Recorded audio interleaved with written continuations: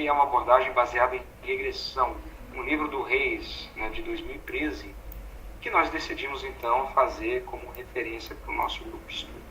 Tá? A gente ainda está numa etapa, que é uma etapa de revisão sobre as regressões. E nessa etapa ainda a gente não chegou a ver os modelos de mediação e moderação, que na verdade se darão já no nosso próximo encontro, que é no capítulo 4. Bom, só para a gente lembrar então que nós podemos, por exemplo, incluir numa regressão múltipla mais de um preditor no modelo de regressão. E esta inclusão de mais de um preditor simultaneamente neste modelo permite então que o pesquisador ele investigue simultaneamente o papel de influências múltiplas naquela que seria a variável resultante. Né? Em psicologia a gente sabe que isso é bastante comum. Por exemplo, eu sei que o nível de ansiedade, o nível de estresse e até mesmo a depressão, ela pode afetar o desempenho cognitivo das pessoas, por exemplo, em contexto clínico ou até mesmo no contexto de seleção de pessoal, por exemplo. Outros preditores, quando a gente pode utilizar nos modelos de psicometria, muito comuns, é a faixa de escolaridade, né, o nível de escolaridade educacional do indivíduo e também a idade do indivíduo. Então essas variáveis, elas acabam sendo muito comuns e muito utilizadas para a gente prever o desempenho em alguns instrumentos cognitivos ou psicológicos. Um benefício importante do modelo de regressão múltipla, comparado com o modelo de regressão simples, é que ele oferece várias medidas de associação parcial e que qualificam o componente da associação entre um preditor e um resultante. E isso é único para aquele preditor relativo às outras variáveis do modelo. Nós vamos falar um pouquinho mais de associação parcial, né? A gente ver alguns exemplos aqui dessa apresentação. A regressão múltipla, por exemplo, ela permite que o investigador, então, examine a plausibilidade de várias explanações ou explicações entre duas variáveis. Né? Por exemplo, a explanação espúria e a epifenomenalidade, ou seja, duas coisas serem epifenômenos, mas não diretamente possuem uma relação causa-efeito. É muito comum a gente encontrar, por exemplo, em publicações, onde eu tenho feito várias revisões e pareceres em artigos desses científicos, a gente observa que muitos dos fenômenos que são observados como correlacionados, ou até mesmo dentro do modelo de regressão, eles não fazem muito sentido teórico. Então, o autor acaba levando em conta os resultados estatísticos e ele acaba cometendo erros, né, em relação à explicação entre essas duas variáveis. Muitas vezes são epifenômenos ou são simplesmente explicações espúrias. Na regressão múltipla linear, nós temos um modelo de equação que aqui está bem simples. Deixa eu ver se eu consigo fazer umas anotações. Onde a gente tem, por exemplo, então, aquela variável que é chamada de variável resultante, seria aqui no caso o y. Nós temos o intercepto, tá? Que também é chamada de assíntota, e esse intercepto ele acaba sendo um valor constante dentro do modelo de equação múltipla. E nós temos aqui vários destes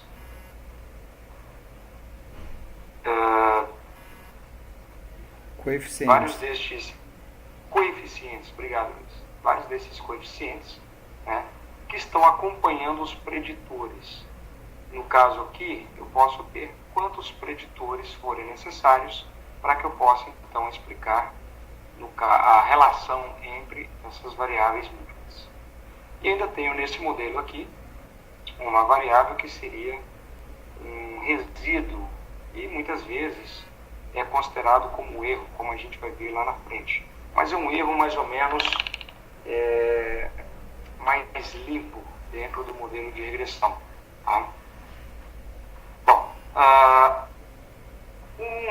uma resultante desses modelos de regressão, e a gente pode pegar inclusive essa resultante para cada uma dessas variáveis que fazem parte do modelo, para cada um desses componentes, o R ao quadrado.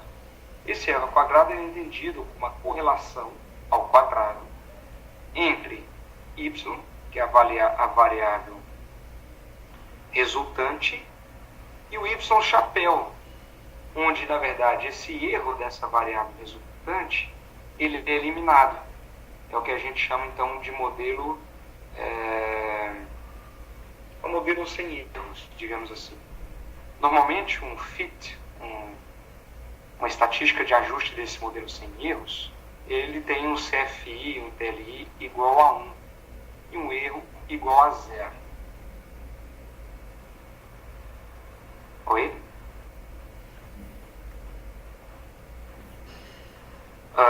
Bom, o que nós observamos então? Que na análise da regressão múltipla, esse R ao quadrado ele é conhecido como correlação múltipla ao quadrado. Um R quadrado, por exemplo, igual a 0,334, ele passa a ser interpretado assim. Bom, então nós temos que 33,4% da variância do resultante y pode ser explicada pela equação, essa equação múltipla, onde se inserem as variáveis preditoras x que compõem a regressão. Tá? Bom, essa explicação da variância, ela na verdade nem é tão utilizada por grande parte dos autores. A psicologia tem uma preocupação um pouquinho maior em utilizar esse tipo de interpretação do que grande parte dos outros profissionais que utilizam esse tipo de modelo. Muitas vezes a gente observa também que nós temos uma expectativa de melhorar o nosso ajuste ao modelo. É claro que quanto mais preditores você colocar no seu modelo, melhor será o ajuste dele, ou seja, um R ao quadrado próximo aí de 1. Só que a gente tem que levar em consideração o seguinte: maximizar essa medida de ajuste não é objetivo quando se constrói um modelo de regressão. Tá? O autor, o Hayes, ele fala justamente isso. Inclui-se variáveis preditoras no modelo apenas por uma razão. Elas têm um significado servindo para algum propósito da sua análise, para o seu modelo teórico. Você não pode, então, colocar variáveis preditoras que não façam muito sentido dentro daquele seu modelo teórico. Ok? E é claro que você aumentando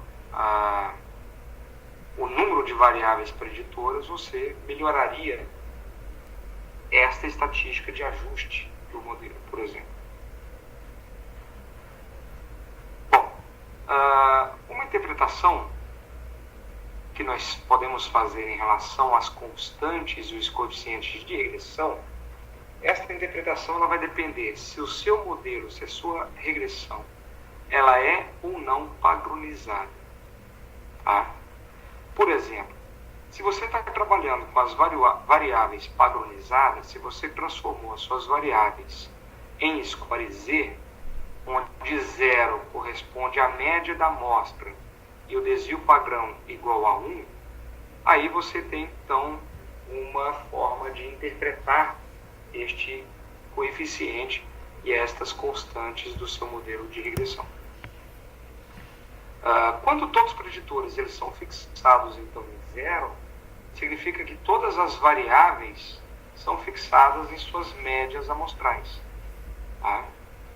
Neste caso, você teria então, voltando aqui, falar que a média seria igual a 0, né? Você pode fixar a média igual a 0 e desvio padrão igual a 1. Neste caso, o foco da interpretação das regressões múltiplas, ela reside no coeficiente da regressão e não na constante da regressão. No caso, BI seria a diferença estimada entre a variável resultante, né, o y, entre dois casos S e T, que são os mesmos em todas as variáveis preditoras, exceto aquela variável xi, mas que diferem em uma unidade de xi. Para deixar isso mais claro, eu vou explicar nesse próximo parágrafo aqui. Por exemplo, assim como na regressão simples, o sinal do coeficiente de regressão diz se aumenta em uma unidade em x, aumenta-se também em y, quando BI é positivo, ou diminui em y, quando BI é negativo. Tá? Isso também vai ficar um pouco mais claro quando eu vier falar de um exemplo destes modelos. Ok. A partir dessa interpretação, então, aplica-se aos coeficientes de regressão padronizados, mas o significado de uma unidade é diferente da padronização. Se x, i e y são ambos padronizados, BI é a diferença estimada dos desvios padrões de y entre dois casos que diferem por um desvio padrão em x, mas são iguais em todas as outras variáveis preditoras do modelo. No entanto, nós temos uma diferença da regressão simples, né, que o coeficiente de regressão padronizado PI, no modelo de regressão múltipla, não é equivalente à correlação de Pearson entre x e y, como é interpretado no modelo de regressão simples. O autor ainda sugere que a gente não deve padronizar os preditores dicotômicos, tá? Então, variáveis que são dicotômicas, onde você utiliza 0 e 1 como sexo, né? 0 para um sexo e o valor de 1 para outro sexo. Ou se a pessoa tem uma patologia ou não, se faz parte de um grupo ou não. Ele fala que padronizar esses preditores não é legal para você ter uma interpretação matematicamente adequada, já que quase nunca dois grupos vão diferir entre si por um desvio padrão. E esse coeficiente padronizado, então, tem uma interpretação complexa para esse preditor quando ele é dicotômico. Tá? Na maioria dos modelos, como por exemplo o M+, ele pede para que você faça esta regressão logística dentro do contexto da regressão múltipla. Portanto, manter variáveis dicotômicas na forma original e manter esse código dos grupos de forma que eles diferem em uma unidade, um coeficiente parcialmente padronizado para um preditor dicotômico, ele pode ser interpretado como a diferença média em y, em desvio padrão, entre dois grupos, quando todos os outros preditores são mantidos constantes.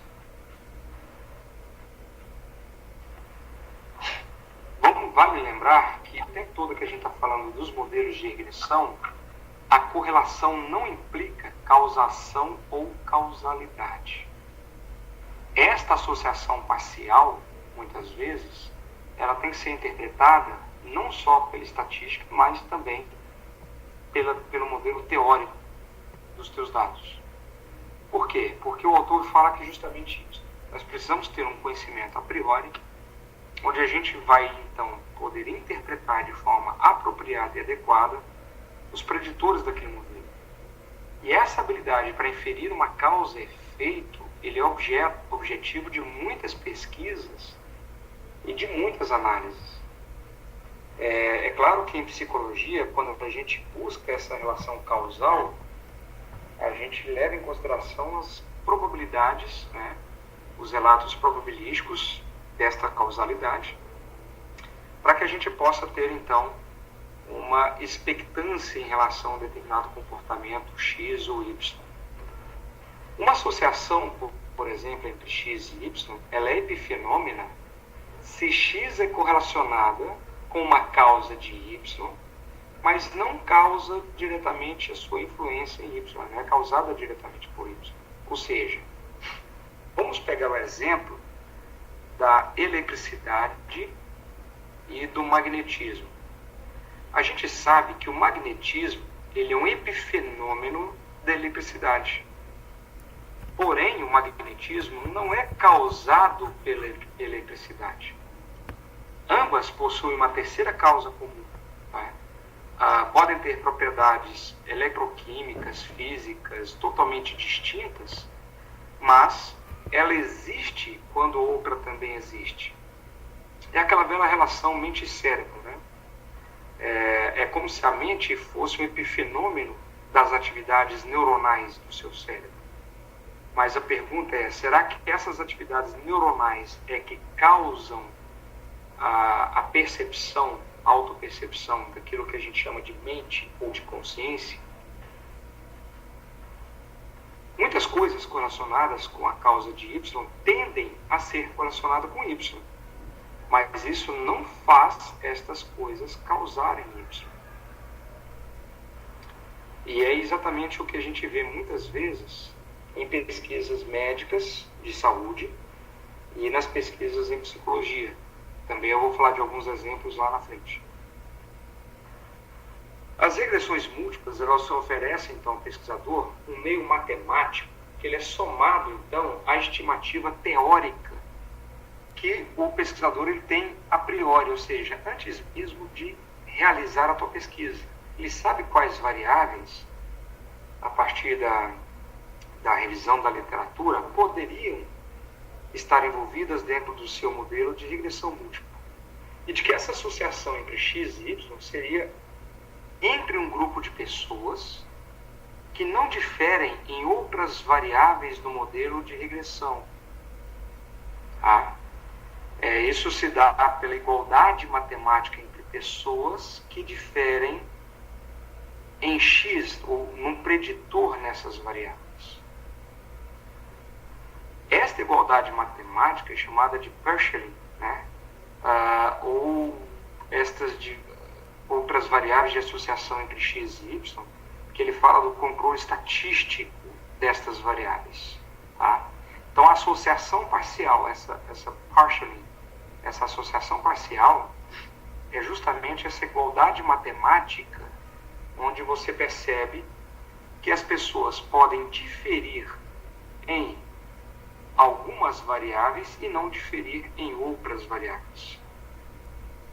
Estas outras variáveis são chamadas de covariáveis, que na prática são apenas variáveis preditoras do seu modelo de regressão, tais como x e y.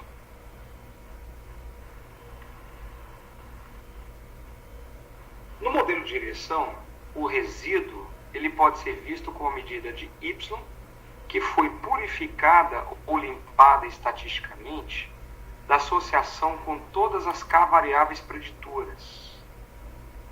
Nós podemos, então, purificar essas diferenças individuais de qualquer variável no modelo de regressão se o preditor ou o resultado que seja covariante. Claro, desses preditores. Os resíduos eles podem, então, ser interpretados como desvios da expectância, dadas suas associações lineares com as outras variáveis.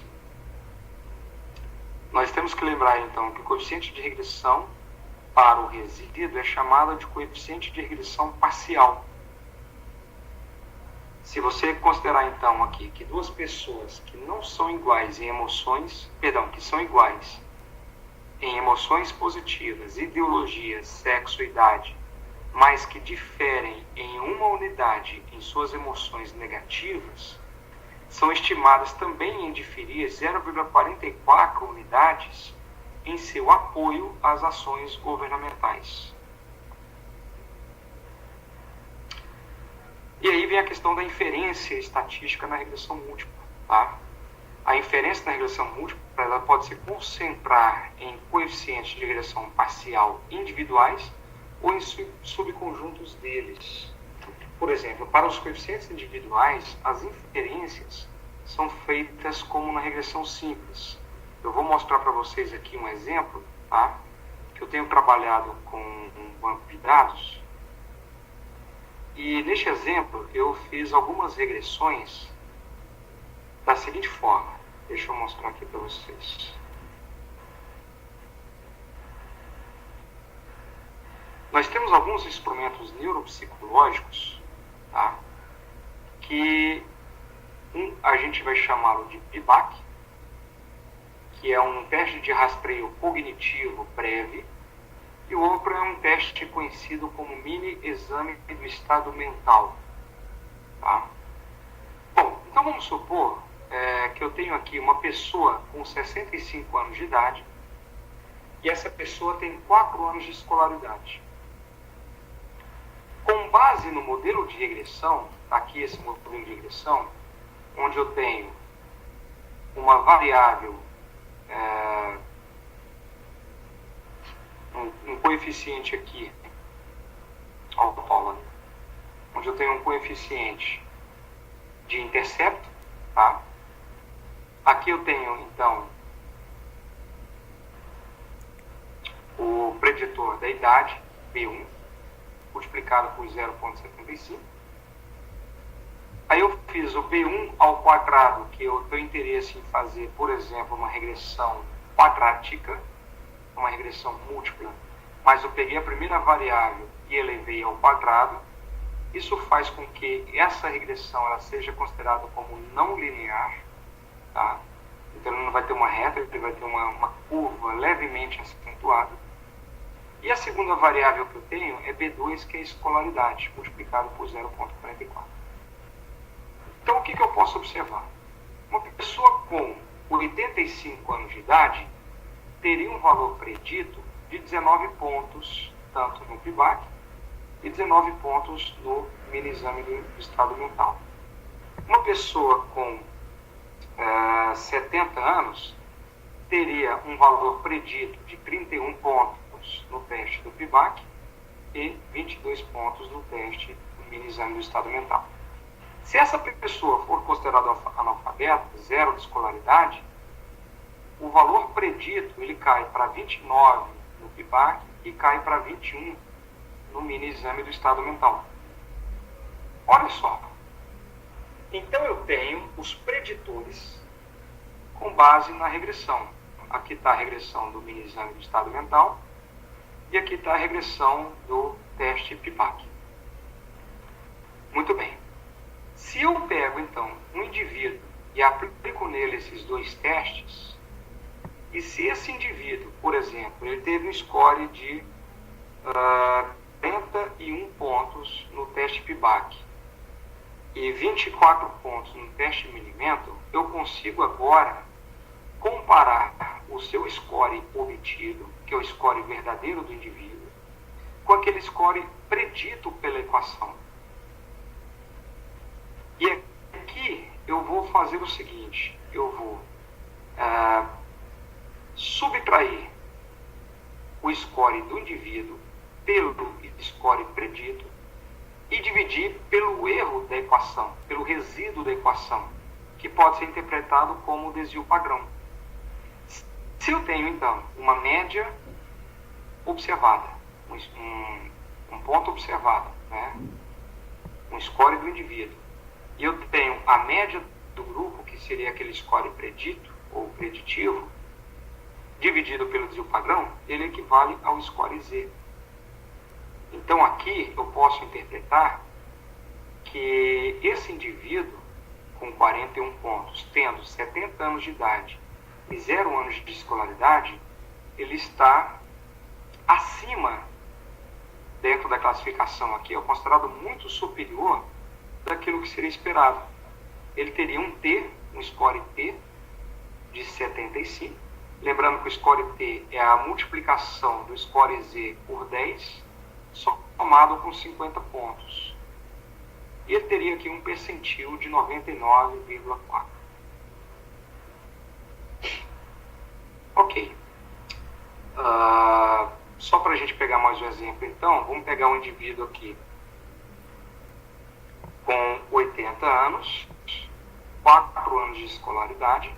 Aqui eu tenho um valor preditivo de 23. Vamos supor que esse indivíduo ele teve um desempenho de 18 pontos no teste de PIBAC e também 18 pontos no teste do mini exame do estado mental. Então, novamente, aqui eu tenho a comparação do score observado pelo indivíduo com o score que foi predito pela regressão. Nesse caso, a regressão ela foi feita com base em mais de 350 idosos acima de 60 anos de idade. Aí eu posso, então, fazer a comparação usando o score Z, e aqui eu teria, por exemplo, o percentil e a classificação desses indivíduos. Uma coisa que você havia perguntado na quarta-feira passada, que agora, na semana passada você havia perguntado sobre o poder que a regressão tinha para falar sobre causalidade, justamente pelo R², certamente chamado de coeficiente de determinação. Mas isso que você está nos mostrando é extremamente interessante, porque em algum momento você coletou dados de 300, 400 pacientes e você tem uma amostra. E com os modelos calcados na regressão múltipla, você consegue prever o score para pessoas fora da sua amostra, o que é muito bacana e também muito, apesar de ser estatisticamente conhecido há muito tempo, isso em psicologia é muito recente, porque nas tabelas de psicologia raramente se consideram variáveis como idade e escolaridade, coisa que nesse modelo de regressão que você fez, você consegue considerar. Ou seja, você tem um score muito mais interessante por ser dinâmico em relação à idade e à escolaridade do paciente, o que é muito bom mesmo. Eu tenho trabalhado com alguns instrumentos neuropsicológicos, tá? E esses instrumentos nós temos feito, inclusive, com mais de 1.000 pessoas em todo o Brasil.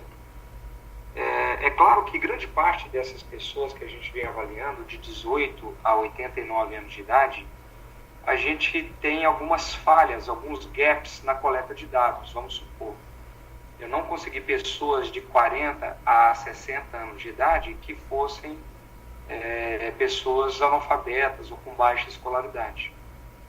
Então, para trabalhar nos modelos de regressão, é claro que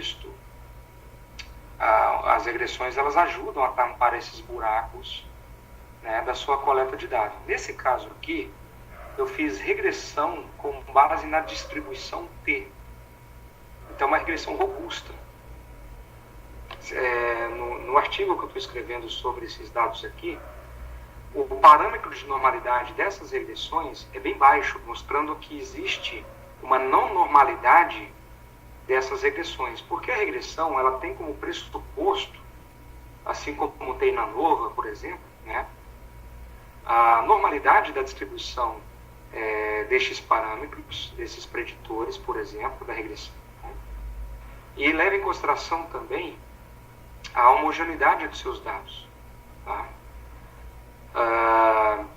Bom, no momento que eu trabalho com estatísticas bayesianas e eu tenho reamostragem Hamilton Monte Carlo ou Markowitz Monte Carlo, e essas reamostragens são bem mais robustas, porque elas conseguem lidar com essas caudas alongadas dos modelos de regressão, eu tenho trabalhado então com esses preditores robustos, que é muito mais ainda novo na psicologia. Por quê?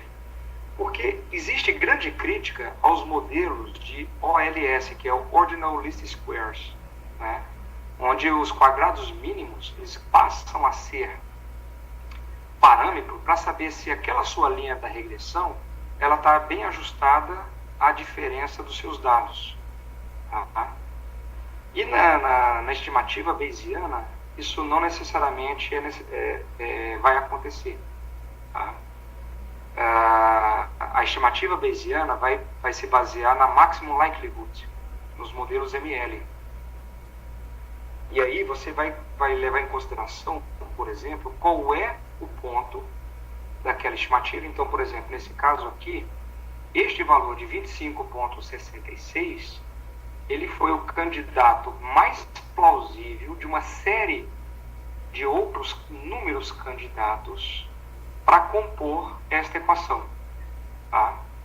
E se você observar, então, dentro dos modelos de regressão, onde você usa o Maximum Likelihood, eles sempre vão trabalhar com esse modelo do valor mais plausível entre uma série de outros números que poderiam compor aquele modelo da regressão. Quando a gente fala em fazer tabelas normativas para testes psicológicos, esse tipo de procedimento que eu estou propondo aqui não é novo. Tá?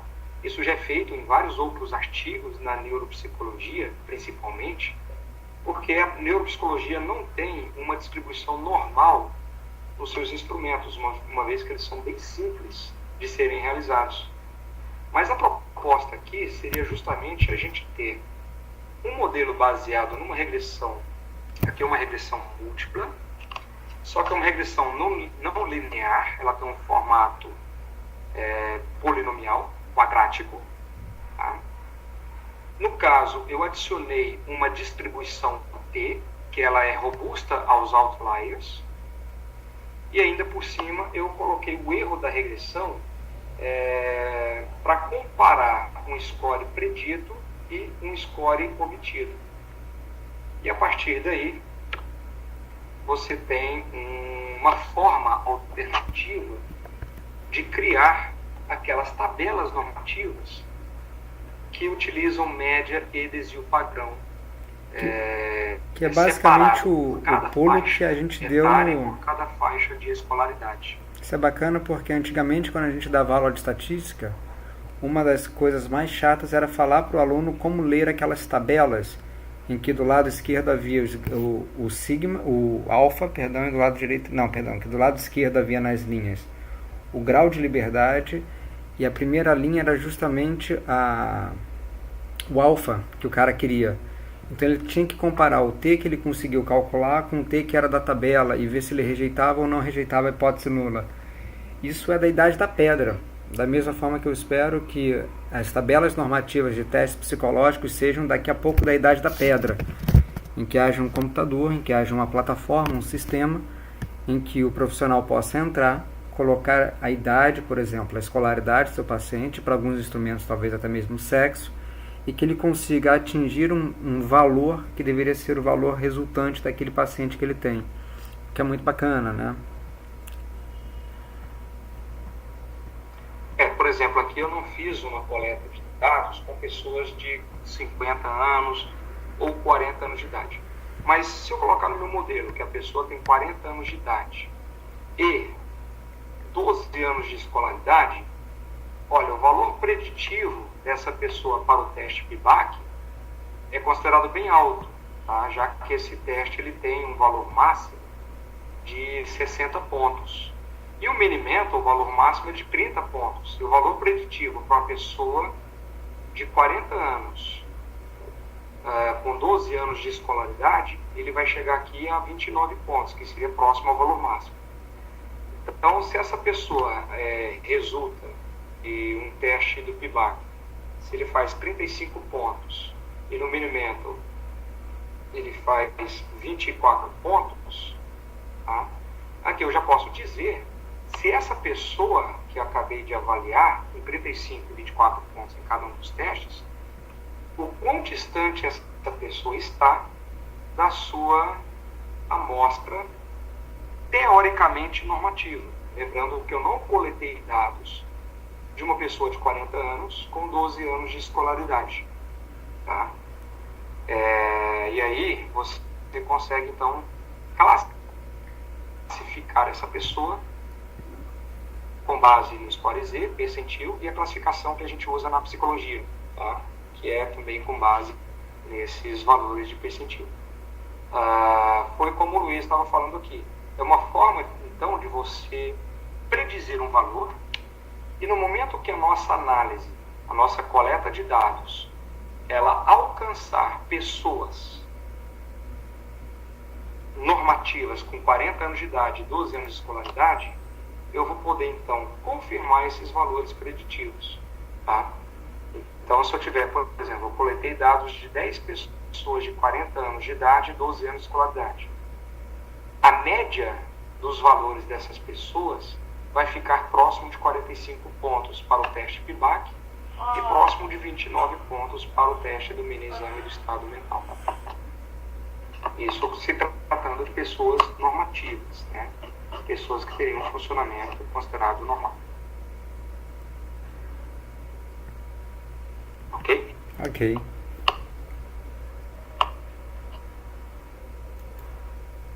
Eu fiz aqui também, não vou me estender muito nisso, mas mostrando, por exemplo, o teste. Aqui eu tenho 563 pessoas. Aqui eu tenho o score total do teste e aqui eu tenho subtestes. Ou seja, aqui eu estou mostrando que eu posso fazer esta mesma análise de regressão para o score total do instrumento e também para cada um desses subtestes aqui do instrumento. Tá?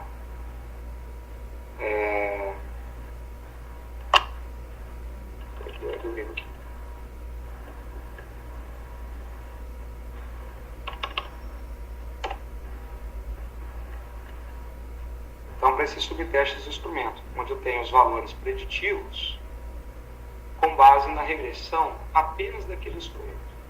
Então, por exemplo, aqui, se eu pego uma pessoa com 65 anos de idade e 4 anos de escolaridade, eu tenho quais são os valores preditos para aquela pessoa em relação não só ao score total do teste, mas para cada subteste em particular.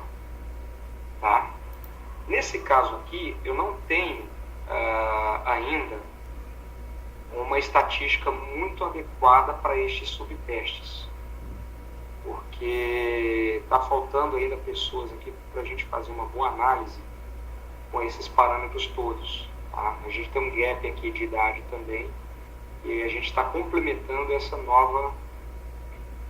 análise de dados com uma nova coleta. Tá?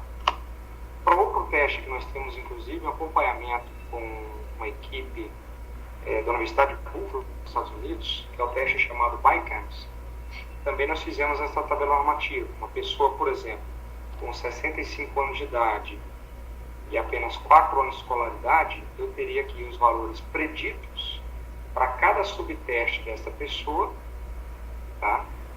E aqui eu teria, então, as regressões desses subtestes. Aqui eu tenho o erro comparado, o predito com o score dividido pelo erro, que é o desvio padrão. E aqui eu tenho as regressões padronizadas, onde o desvio padrão é igual a zero, a média do subteste ela foi igualada a zero, e o desvio padrão é igual a 1. Só que a interpretação desse tipo de análise é completamente distinta, tá, desta interpretação que eu estou fazendo aqui, onde você não tem a padronização. Uma outra coisa interessante que a gente pode observar, deixa eu abrir aqui um artigo que eu estou escrevendo, é o seguinte: quando tem os modelos de regressão padronizados e os modelos não padronizados, tá? Sempre o seu modelo de regressão padronizado ele vai ter um fit muito melhor do que o seu modelo não padronizado. Então aqui, por exemplo, eu estou trabalhando com o modelo de regressão múltipla, utilizando a regra bayesiana. Tá? Nesse modelo de regressão múltipla, eu posso utilizar dados a priori, e aqui eu estou utilizando o modelo de regressão com padronização. Uma coisa interessante, como a gente pode observar aqui, eu tenho vários grupos, no total 746 sujeitos. Tá? Aqui você tem, então, as variáveis escolaridade, o resultado do teste PIBAC e a idade do indivíduo. Aqui eu tenho 339 sujeitos acima de 65 anos, todos eles saudáveis, a gente chama de sujeitos rígidos. E aqui eu tenho, então, o modelo de regressão, que era aquele mesmo modelo que eu estava mostrando para vocês lá no Excel. Aqui eu tenho os parâmetros, eu tenho o intervalo de credibilidade destes parâmetros, tá, de 95%. Eu tenho o sigma, que seria o erro, ou simplesmente o resíduo da minha equação. E eu tenho esse parâmetro adicional aqui, nu. O nu, ele só faz sentido quando você faz uma estatística de regressão com base na distribuição T. Se o valor de nu for igual ou maior do que 30, no caso da estimativa aqui, esta regressão teria, então, ela seria considerada uma regressão normal, teria uma distribuição normal. Neste caso, no 4.4, estou mostrando que essa distribuição da regressão não é normal. Tá? E aí o que você observa? Padronizar os dados, você colocar tudo isso em score Z, isso não vai melhorar a normalidade dos seus dados. Se você observar aqui, ó, de 4.4 ele baixou para 4.38, ou seja, não existe uma diferença entre a distribuição das duas regressões, sendo ela não padronizada ou sendo ela padronizada. Tá? Isso acontece também com o minimento, o valor de 2.57, ou seja, o minimento ele é mais ainda assimétrico do que o teste PIBAC, que é aqui 2.56. E usando uma estatística de cross-validation, né, que é uma estatística bayesiana parecida com o critério AIC. Tá?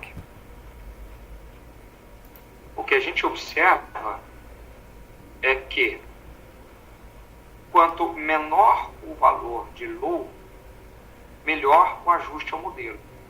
Os modelos padronizados possuem ajustes melhores. E neste caso aqui, ó, eu fiz a regressão com distribuição T, regressão com a distribuição T e regressão com a distribuição gaussiana. Em todos os casos, a regressão com a distribuição T, tanto no modelo padronizado quanto no modelo não padronizado, ele foi melhor do que o modelo gaussiano. Tá?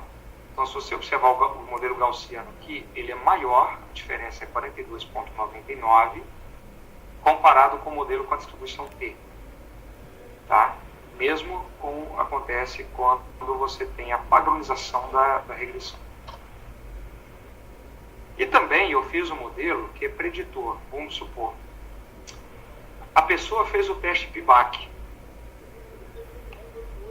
Eu tenho aqui um certo grau de previsão ou de previsibilidade para saber quanto essa pessoa vai se sair no teste do mini exame do estado mental. Então, se eu quiser prever o resultado de um paciente no teste do mini exame do estado mental, tendo o resultado dele no teste do PIBAC, basta aplicar esta equação múltipla, onde eu tenho aqui a variável,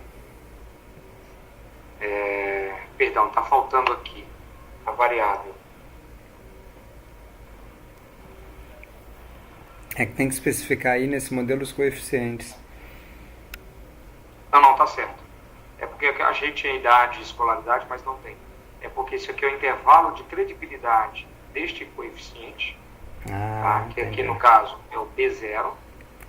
Então eu tenho o B0 em 95% dele, ele vai cair nos valores entre 14,22 e 17,75.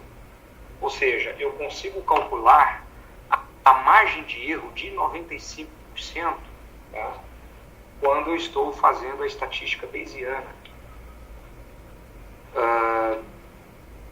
Porque aqui eu tenho um intervalo de credibilidade ou simplesmente aquele chamado de alta densidade, o intervalo de alta densidade dos parâmetros. Tá? Então, aqui, por exemplo, é de 0,20, né? Até 0,27. E o erro, ele tem de 1,47. ele variando de 1,28 a 1,67. Se vocês observarem, esta regressão também é uma regressão que não tem uma distribuição normal. Tá? E se eu quiser comparar futuramente esta regressão com outras, eu vou usar esse valor aqui, de 1,1456. Por exemplo, se eu quiser fazer uma regressão sem a distribuição T e comparar, como eu fiz aqui, com a regressão com a distribuição gaussiana, que pressupõe normalidade dos dados, tá? Este valor de Lô, ele será maior na distribuição gaussiana do que na distribuição T. Okay? Bom, então só para mostrar para vocês um pouquinho da aplicabilidade da regressão na psicometria, principalmente a regressão múltipla, e neste caso aqui, a regressão quadrática, né, no momento que eu elevei a idade do indivíduo ao quadrado e coloquei esse valor também como preditor no meu modelo.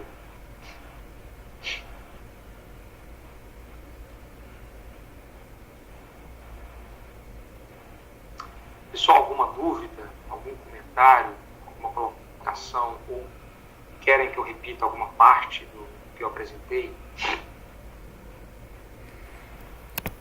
Eu acho que fica bacana para o pessoal, também para ficar gravado, não é? Que quando a gente trabalha com modelos de correlação, nós temos o coeficiente chamado de coeficiente de correlação, que é representado pela letra R.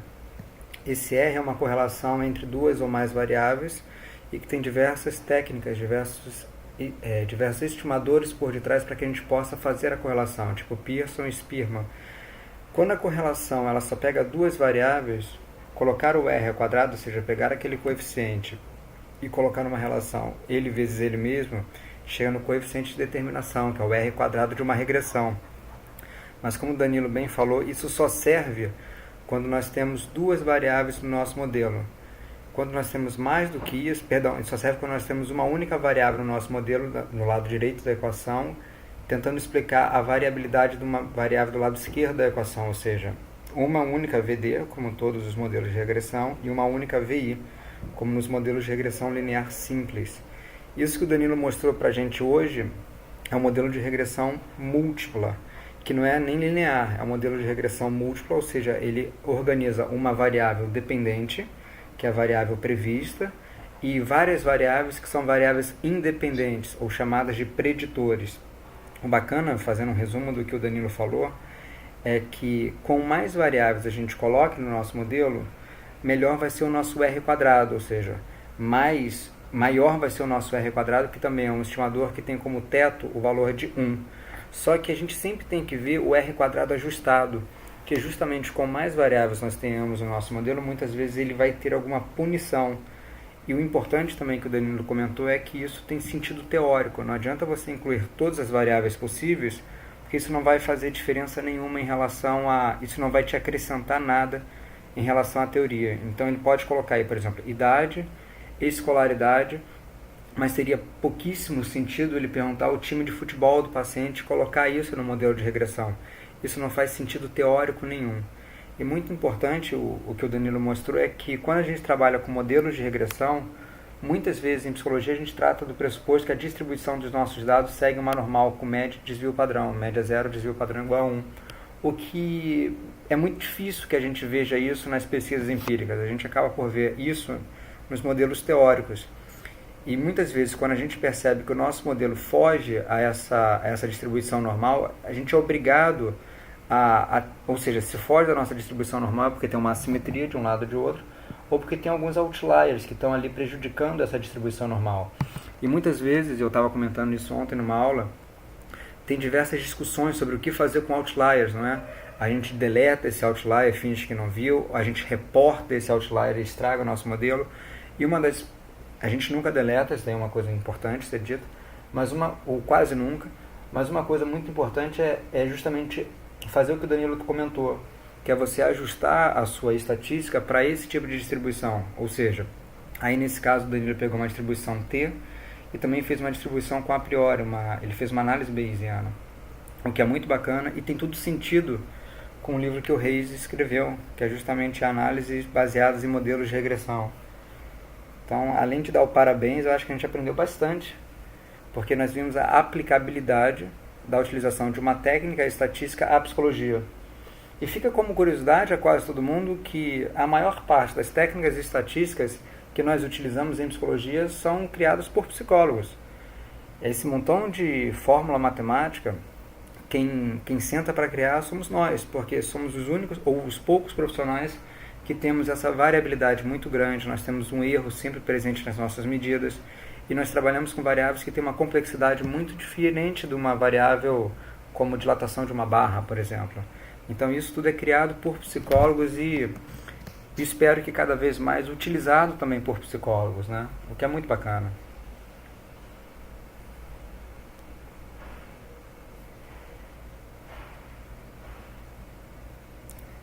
Será que o Diego, o Glauber, o Ricardo, eles têm alguma dúvida, Danilo? Perdão, pode falar? Será que o Diego, o Glauber ou o Ricardo têm alguma dúvida, alguma questão sobre o que você apresentou? Antes deles perguntarem outra coisa, deixa eu só fazer mais uma colocação. Esse aqui que eu vou mostrar para vocês, ele é um modelo, deixa eu ampliar aqui um pouquinho, é um modelo de equação estrutural bayesiano, tá? Mas simplesmente, na verdade, os modelos são os modelos de regressão múltipla. Só que aqui nesse modelo de regressão múltipla, eu tenho uma variável, que é uma variável chamada de latente, tá? Então eu tenho uma, duas, três, quatro variáveis latentes, neste caso aqui, que é memória, funções executivas, habilidade visoespacial, viso-construtiva e linguagem. Então, estas quatro variáveis latentes, por exemplo, eu quero saber aqui neste modelo o quanto que estas variáveis observáveis aqui, que é o registro de palavras, a evocação de palavras e o reconhecimento de palavras, tá? Elas são explicadas pela minha habilidade latente chamada memória. E aí foi o que o Luiz falou, eu posso utilizar aqui o R ao quadrado. Então, olha só, por exemplo, o registro, a evocação e o reconhecimento de palavras, eles são explicados pelo R ao quadrado de 41% a 86%. Ou seja, grande parte da minha evocação das palavras, 86% da variância ou da variabilidade deste item vai depender do meu traço latente que eu chamei aqui de memória. Enquanto que 41% do reconhecimento dessas palavras vai depender da memória, ou seja, eu tenho aqui ainda 59% de outras variáveis que podem estar explicando esse tipo de tarefa cognitiva. Então isso é bem interessante quando a gente está validando instrumentos, principalmente quando você está utilizando aqui as regressões múltiplas, ou seja, eu tenho vários itens ou tarefas que estão tendo uma análise de regressão, só que aqui, no caso, uma regressão com base nas variáveis latentes não observáveis, tá? Que é típica dos modelos, por exemplo, modelo de análise fatorial, como análise fatorial confirmatória, ou no caso aqui, o modelo de equação estrutural. Ok?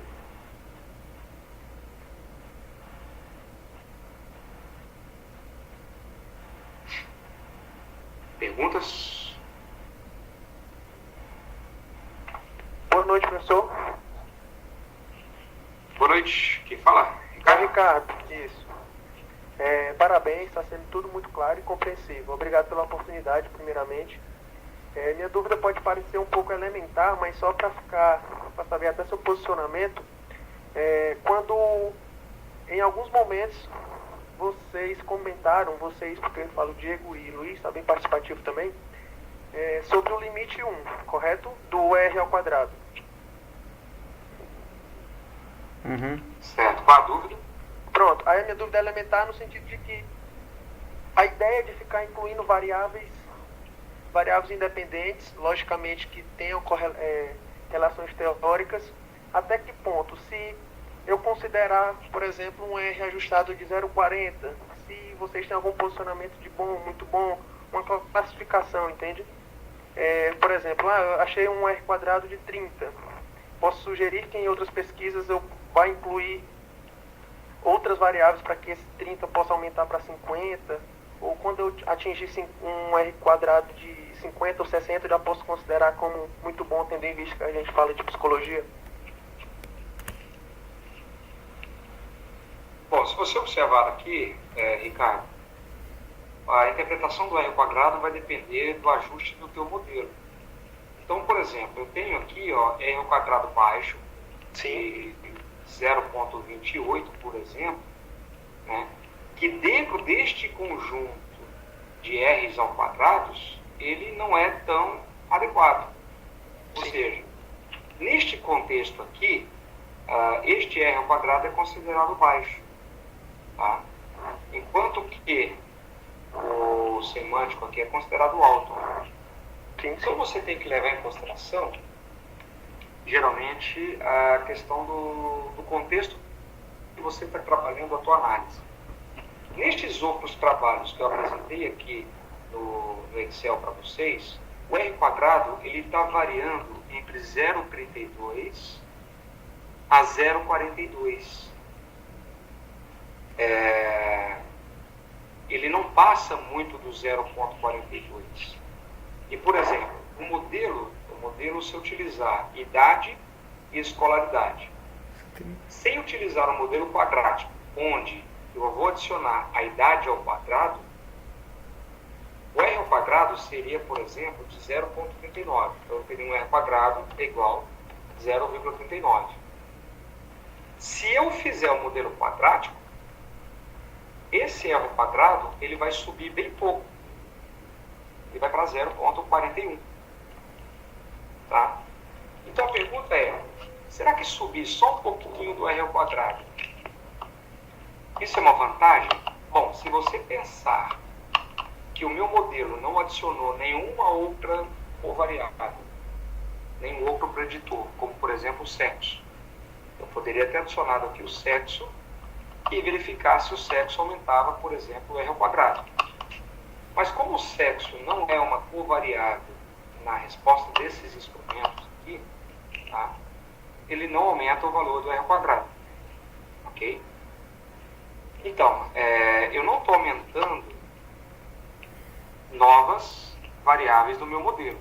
Mas eu peguei uma variável, que é a idade, e elevei ela ao quadrado. Além de você mudar a forma da curva, a curva não é mais linear, ele é considerado como não linear, levemente não linear, você melhora o ajuste do teu modelo aos seus dados. O que neste caso é recomendado na literatura. Então é comum na neuropsicologia a gente sempre trabalhar com esses modelos quadráticos. Então eu teria aqui a idade somado com a idade ao quadrado e somado com a escolaridade. Education. Uma coisa também que talvez seja importante comentar é que, no geral, em neuropsicologia nós temos poucas variáveis que elas podem figurar como uma variável independente à performance de testes. Por exemplo, idade é uma, e a gente sabe que quanto maior a idade de uma pessoa que faz uma avaliação psicológica, normalmente seu desempenho decai. A escolaridade é uma, que nós sabemos que o fenômeno é justamente ao contrário. Com maior a escolaridade de uma pessoa que realiza um exame neuropsicológico, provavelmente o resultado dele vai ser melhor. Agora, quais são as outras variáveis que a gente pode incluir no nosso modelo de regressão para que figurem como boas variáveis independentes? E lembrando, uma boa variável independente para a estatística é aquela variável que é estatisticamente significativa. Então nós temos poucas em psicologia para a gente pensar. O que o Danilo fez, o que é muito bacana, a partir do resultado de um instrumento, conseguir prever qual seria o resultado em outro instrumento. O que ele fez depois e mostrou pra gente. Mas talvez respondendo ao Ricardo, de uma maneira super direta, um R2 de ponto 4, em psicologia, Ricardo, é de soltar fogos. Porque realmente é muito pouco provável que a gente consiga chegar a um R2 de ponto 8, ponto 9, porque nós temos, primeiro, um erro atrelado à medida. Um segundo grande ponto, nós temos poucas variáveis independentes que possam realmente ser incluídas no modelo de regressão e funcionar. E funcionar nesse sentido é ser estatisticamente significativa, P menor do que 0,05. E um terceiro grande ponto, aí sim é um ponto quase que filosófico por detrás da medida, é o termo parcimônia, não é? Quando nós criamos um modelo, nós queremos que ele realmente tenha um bom ajuste, mas que ele seja parcimonioso. E a ideia da parcimônia é que modelos simples são mais interessantes do que modelos complexos, salvo se a quantidade de informação do modelo complexo ela exige que nós o tenhamos. Uma medida muito boa que os pacotes estatísticos costumam nos fornecer é o R2 ajustado, que justamente pune o excesso de variáveis no nosso modelo. Por exemplo, quando eu faço modelos junto com o Danilo, a gente sempre dá uma olhada no R2 ajustado, porque ele de fato vai nos dar uma medida com uma punição pelo excesso de variáveis.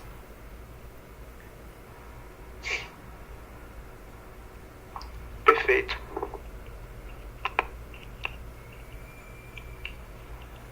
E normalmente eu busco sempre o R quadrado menor, sabe por quê? Quando eu faço estatística robusta, os R quadrados são menores do que a estatística paramétrica não robusta. Então eu já tenho um olho mais ou menos focado nisto. Né? Na distribuição T, por exemplo, essas estatísticas bayesianas não calculam esse R ao quadrado. Quando a gente faz, por exemplo, aqui uma regressão múltipla, ou até mesmo uma regressão simples, a bayesiana não te dá esse valor do R ao quadrado. Tá? É uma forma diferente de interpretar isso aí. Estou abrindo aqui o livro, Danilo, para que a gente possa ver Sim. qual é o que cai no próximo capítulo, não é? O próximo capítulo é o capítulo 4, É o 4? que é a análise de mediação, que é o modelo de mediação simples. Com uma única variável. E a gente poderia, então, oferecer esse capítulo, vamos ver aqui. Estou aqui com ele a gente aberto. poderia oferecer esse capítulo para algum dos dois participantes aí, Isso. se eles tiverem interesse. Eu acho que o Glauber estava na primeira. Conseguimos esse livro na internet. Consegue no próprio Talvez possa grupo. dar o link desse link para vocês. Sim, conseguimos, sim. Temos ele disponível, PDF. Beleza. E aí, o que vocês acham então de na próxima semana algum de vocês apresentarem o capítulo 4 do livro? E se quiser usar Não, eu sou aluno, professor. Não tem isso não. Não. É porque assim, nós estamos aqui num grupo de estudo. Nosso objetivo não é dar aula ou ensinar. Né? Perfeito. Eu estou lendo esse livro pela primeira vez, e aí eu me forço a ler e entender um pouco mais aprofundado quando a gente discute sobre os capítulos. Tá? E da mesma forma, eu acredito que quando você apresenta um capítulo ou uma ideia que está acontecendo no livro ou uma análise, você também aprende muito mais. Concordo, professor. Um comentário, professor. A gente conseguiu entender. O Diego. Pois não, Diego? A gente conseguiu entender bastante a explicação da regressão múltipla. A nossa única dificuldade é especificamente na abordagem bayesiana. E o meu questionamento seria o seguinte: qual seria a principal vantagem de utilizar a estatística bayesiana nesse caso? É em casos que a gente tem amostras pequenas ou em casos em que a gente tem uma distribuição não normal, por exemplo, outliers e assim por diante? Qual seria a principal vantagem de utilizar esse tipo de inferência? Eu não queria entrar tanto no mérito, mas a vantagem da Bayesiana é em qualquer caso. A Bayesiana sempre vai ter vantagens em relação à estatística chamada de frequentista, tá? Porque a forma filosófica da interpretação da estatística ela é completamente diferente. Por exemplo, lembra que eu falei para vocês aqui, ó, que este intercepto ele tem 95% de chances de ficar entre 14,22 a 17,75. Esse tipo de afirmação não pode ser feita na estatística frequentista. Normalmente, o chamado intervalo de confiança que se calcula, ele é um intervalo com base numa hipótese de uma análise que você precisa realizar por mais de 100 vezes. O problema é que muitos autores, muitas pessoas interpretam a estatística frequentista como se ela fosse bayesiana. E essas pessoas então não vê diferença entre a filosofia das duas estatísticas. Agora, a estatística bayesiana tem muito mais vantagens, só para você ter uma ideia aqui. Por exemplo, eu consigo numa simples numa simples correlação, tá? Fazer uma correlação robusta. Nesse caso aqui, as correlações elas têm um parâmetro de normalidade. Observa só que todas as correlações que eu fiz aqui não seguem distribuições normais, sendo que cada um desses testes eles não apresentam distribuição normal, tá? Em vez de cortar dados, ou em vez de buscar fazer esses dados de forma logaritmo na base 10, ou transformações que são bem mais complexas, a estatística bayesiana ela lida muito elegantemente com esses dados não normais, porque você vai mudar o tipo de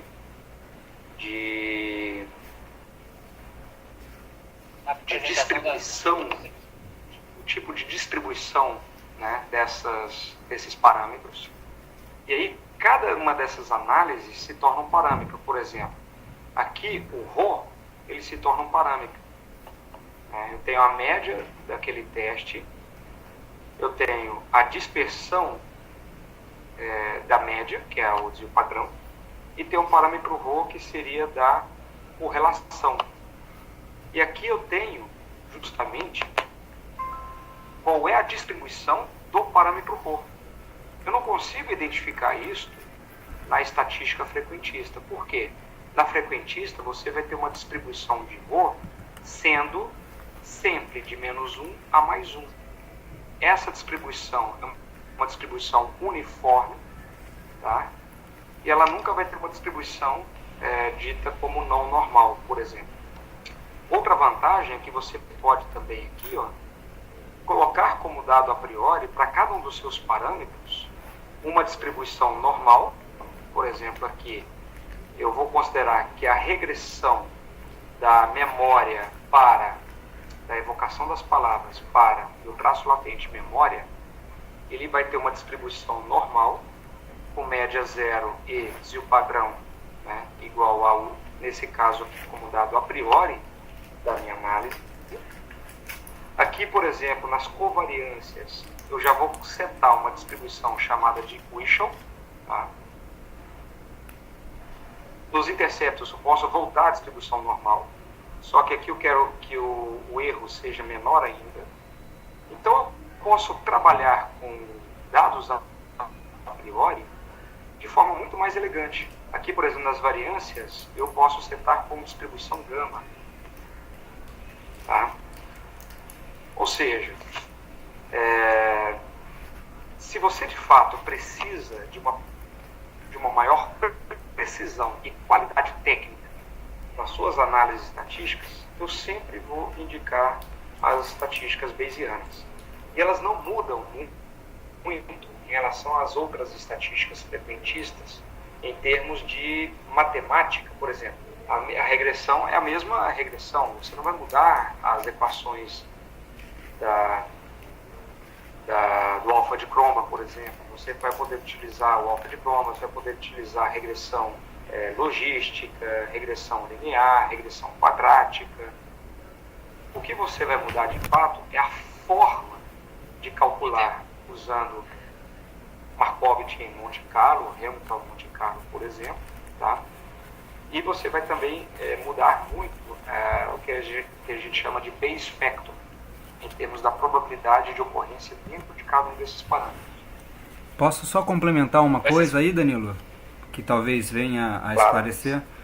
Pegando meio que um resumo disso tudo, nós estamos acostumados, quando estudamos estatística, a considerar quase que duas grandes certezas por detrás. A primeira certeza é que toda distribuição é uma distribuição normal, e se não o for, a partir de 30 sujeitos nós chegamos a essa normalidade.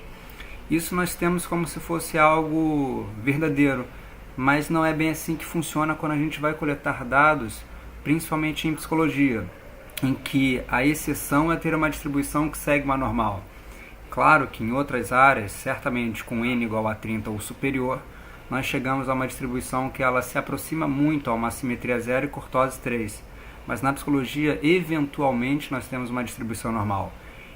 A segunda coisa que nós estamos extremamente acostumados é soltar um fogos quando o valor de P é menor do que 0,05. E isso, além de ser extremamente criticado hoje em dia, isso pode nos gerar diversos erros estatísticos, porque se nós considerarmos muitas vezes o intervalo de confiança, nós vemos que se houver o zero ali, não dá muito certo você somente se guiar pelo valor de P menor do que 0,05. Então, uma outra coisa que a gente precisa aos pouquinhos ir revendo. Na verdade, teve uma revista de psicologia social que já meio que falou que não quer que os artigos que sejam ali submetidos tenham como tradição por detrás esse valor de P menor do que 0,05. Então, são esses dois grandes pressupostos que a gente aos poucos começa a mudar. O primeiro pressuposto a gente consegue mudar a partir do momento que a gente analisa como a distribuição ela ocorre, ou seja, analisa o formato da distribuição, e existem muitos testes de normalidade, por exemplo, o Shapiro-Wilk, Jarque-Berka, tem diversos testes de normalidade, e a gente consegue comatar esses problemas quando a gente utiliza uma estatística chamada de estatística robusta. Por exemplo, em vez de utilizar a média, utilizar a mediana, ou se não conseguir utilizar a mediana, uma média aparada em 30%, por exemplo. Então a gente consegue resolver um pouco desse problema da distribuição a partir de técnicas de estatística robusta. E no segundo ponto, é realmente, em alguns momentos, é tentar fazer com que esse valor de P não seja tão determinístico, não somente para a sua análise, mas também para a discussão dos resultados da sua análise. Isso que o Danilo coloca é uma coisa super bacana, porque pela estatística bayesiana, nós conseguimos colocar a priori no nosso modelo. O que, de certa feita, melhora bastante, porque a gente pega o histórico daqueles resultados e coloca como a priori. Eu acho que essas duas colocações podem ajudar a ampliar um pouquinho o nosso conhecimento sobre essas técnicas mais utilizadas em estatística em psicologia, porque isso é uma discussão muito, muito da psicologia, não é? Mas complementem aí, por gentileza. Assim, muito esclarecedoras as colocações. Inclusive, é muito raro nos artigos você ver análise da distribuição dos dados, no caso. É muito raro você ver os autores reportarem, por exemplo, a distribuição das variáveis, pelo menos as variáveis dependentes, no caso. E faz mais sentido ainda no que se refere à estatística bayesiana, na medida em que o primeiro momento em que eu me deparei com discussão dessa natureza foi no tópico de replicabilidade em psicologia, né? No sentido de que muitos resultados até então encontrados podem ter sido falsos ou imprecisos. Na verdade, se você me permite complementar, é Marcel que está falando, né? Ou o Diego? É o Diego. Diego. Essa discussão ela começou com um pesquisador da psicologia social chamado Brian Nosek. Depois eu posso escrever o nome aí para a gente pesquisar sobre ele, que é um cara fenomenal, em que ele criou inclusive um portal onde diversos pesquisadores conseguem reunir sua base de dados ali e depois de algum tempo, encerradas as pesquisas e a publicação, colocar à disposição. Chama-se Open Science Framework, osf.io. Quando eu faço trabalho com parcerias em outros locais, normalmente eu utilizo essa plataforma, não é dele mais, né, mas que ele teve uma participação muito ativa. tem dois pontos muito importantes em relação aos estudos voltados a uma replicação de resultados. O primeiro grande é um estudo muito óbvio, que muitas vezes não dá para replicar os resultados pela razão da própria variável que está sendo medida. Por exemplo, você tentar fazer uma pesquisa em que você tenha a replicação da motivação de alunos no ensino médio é muito difícil, porque por construção essa variável muda mesmo. Então é super difícil. O segundo grande ponto é que, de fato, nós temos um grande problema em relação à psicologia, que é uma falha de método, não é? Até hoje, a forma mais utilizada para você reportar se um instrumento é válido, anota essa palavra, é o alfa de Cromba, que sequer fala sobre validade de instrumento, fala sobre uma estimativa de confiabilidade dos resultados. Então nós ainda estamos num momento na psicologia em que você vai encontrar uma distribuição quase que bimodal. Tem muita gente fazendo coisas legais, mas elas estão longe. E aqui perto da gente tem muita gente fazendo coisas que de vez em quando a gente se assusta, não é? Exemplos: não reportar que fez uma análise da distribuição das variáveis dependentes. Sem isso, você não consegue escolher um teste adequado. O segundo grande ponto é, se você não sabe como se dá a distribuição da sua variável ou das suas variáveis dependentes, você não pode utilizar um teste paramétrico. Então você tem que substituir, por exemplo, o teste T para o Mann-Whitney. Você tem que substituir uma nova pela Shapiro-Wilk.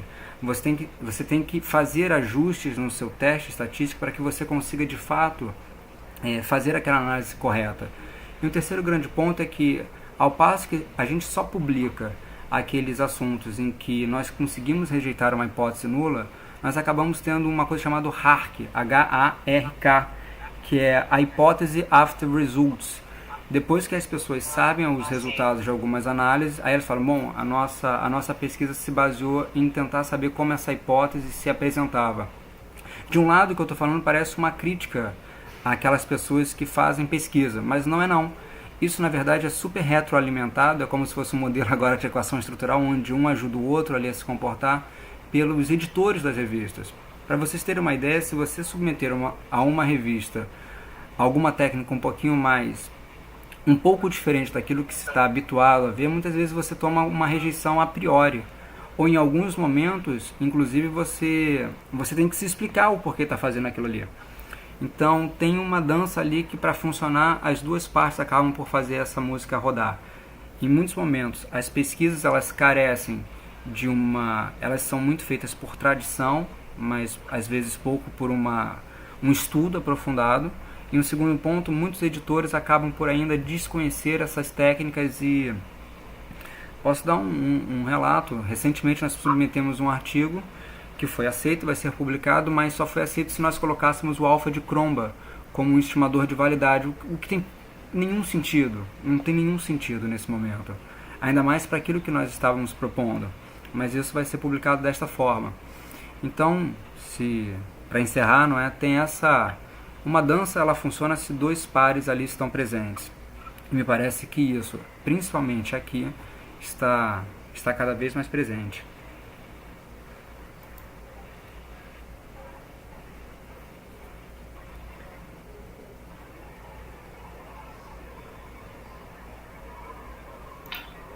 Será que alguém quer fazer mais alguma pergunta, Danilo? Para comentar sobre o alfa de Cromba, tá?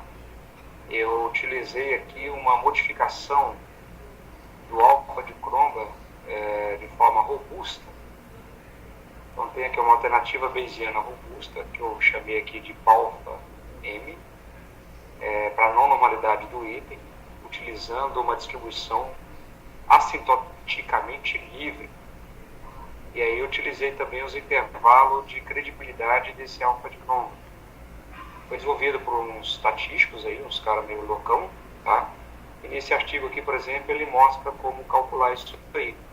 Bacana. Agora, o mais importante, em vez de você colocar o alfa de Cromba para todo mundo, se você falar, deu 700 e tantos pacientes ou sujeitos, vou fazer um alfa de todo mundo. Não, você tem que fazer separado por grupo.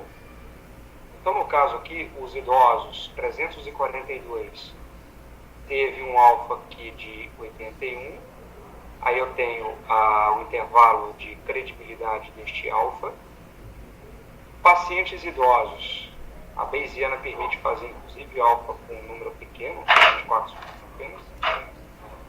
eu tenho um alfa de 0,88, um pouquinho maior do que os idosos saudáveis. Pacientes, na verdade, moradores de longa permanência, instituições de longa permanência. O alfa é menor, 0,76.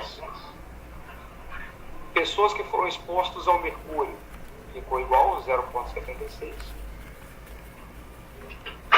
Pessoas da comunidade Calunga, apenas 14 sujeitos, um alfa 0,62. Se você observar aqui, ó, o intervalo de credibilidade é muito grande. Por quê? Porque o meu N é pequeno. Tem efeito teto aí. Então eu poderia melhorar esse intervalo, eu poderia deixar um pouco mais restrito, colocando um valor a priori. Tá? Mas eu não coloquei um valor a priori porque eu estava usando justamente a estatística descrita por esses autores aqui. Agora, uma coisa engraçada é o seguinte, ó, os jovens saudáveis, 103 pessoas, como eles não têm muita variabilidade de resposta, o alfa não converge. Eu poderia, um alfa geral, um alfa de todo mundo, colocar todos os grupos e fazer um alfa. Daria 0,94, se não me engano. Tá? Mas a pergunta é correto fazer isso? Aí a gente pode discutir isso em outras reuniões e outros grupos de estudo também. Aqui, se me permite, Danilo, posso dar um alerta aqui para o pessoal? Claro. O livro que nós estamos utilizando está lá no grupo. E da mesma forma que você viu, eu abri aqui o livro e nós estamos entrando agora no capítulo 4, que é o primeiro capítulo da parte 2 do livro. Eu acho que seria muito bacana, e nesse capítulo 4, o autor, que é o Reis, ele faz em SPSS com uma base que ele tem, que é uma base que ele fez uma pesquisa relacionada à percepção que as pessoas têm da atitude do governo em relação a afetos positivos e negativos, se não me engano. Então ele tem uma base e ele tem um add-in, que é o Proxess, que você pode instalar no SPSS. E ele faz o passo a passo aqui nesse capítulo, a descrição desse modelo que ele vai criar e também como fazer isso utilizando o SPSS. Se ninguém se candidatar, eu vou fazer com o maior prazer. Mas é bacana que alguns dos nossos colegas também, se quiserem, apresente esse trabalho para a gente. Eu vou aqui compartilhar a tela com você. Não consigo compartilhar a tela porque dessa vez está gravando. E se eu compartilhar a tela, vai parar de gravar. Ou eu posso parar de gravar e compartilhar a tela. O que vocês acham? Bom, vai ser feito isso então. Vou parar de gravar e vou compartilhar aqui a tela.